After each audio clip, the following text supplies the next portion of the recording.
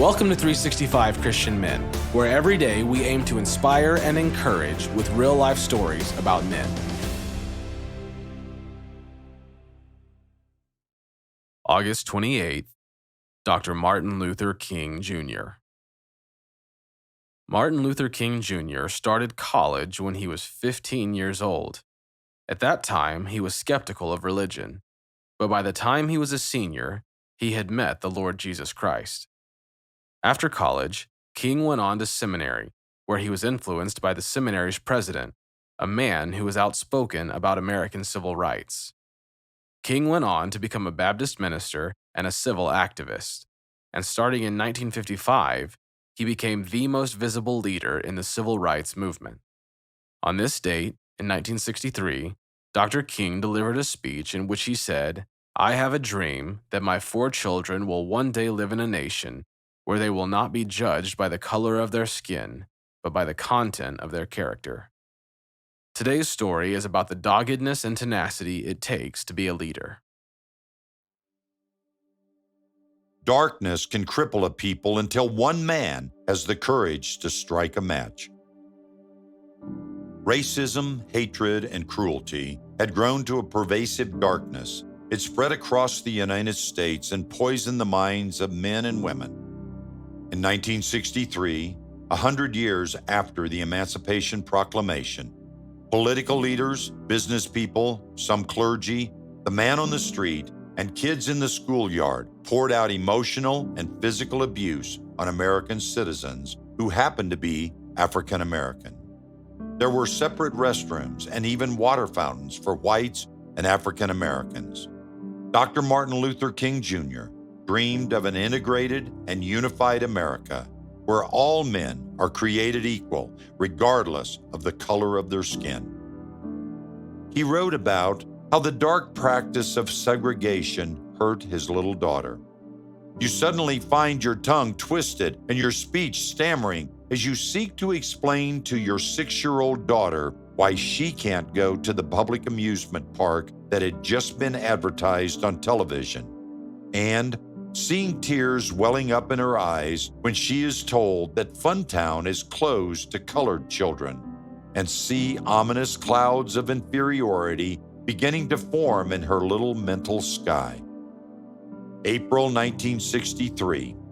Dr. King was determined to bring the light to Birmingham, Alabama. He met with 3 ministers to plan a citywide protest against segregation laws.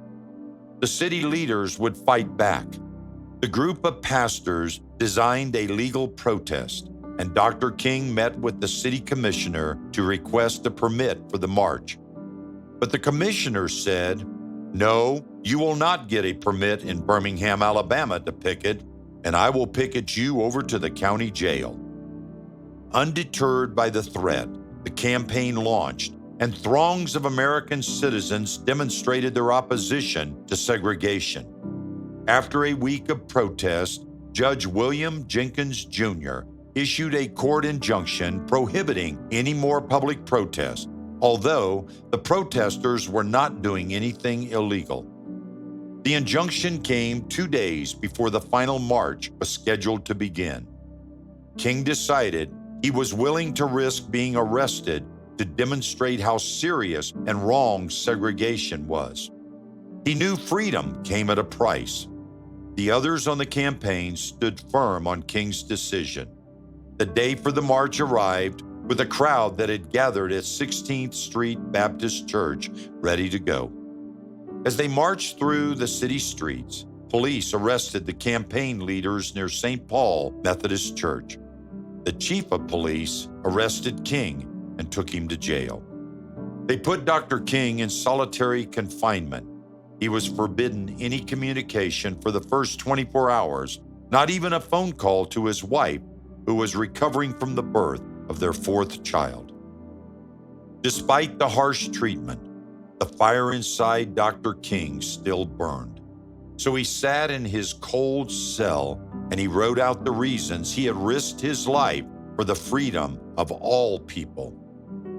He said, "Just as the prophets of the 8th century BC left their villages and carried their "Thus saith the Lord," far beyond the boundaries of their hometowns. And just as the Apostle Paul left his village of Tarsus and carried the gospel of Jesus Christ to the far corners of the Greco-Roman world, so am I compelled to carry the gospel of freedom beyond my hometown.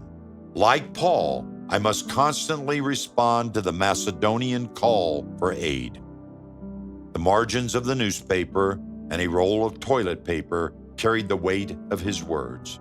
He wrote to light the fire in more and more Americans. We know through painful experience that freedom never voluntarily is given by the oppressor. It must be demanded by the oppressed.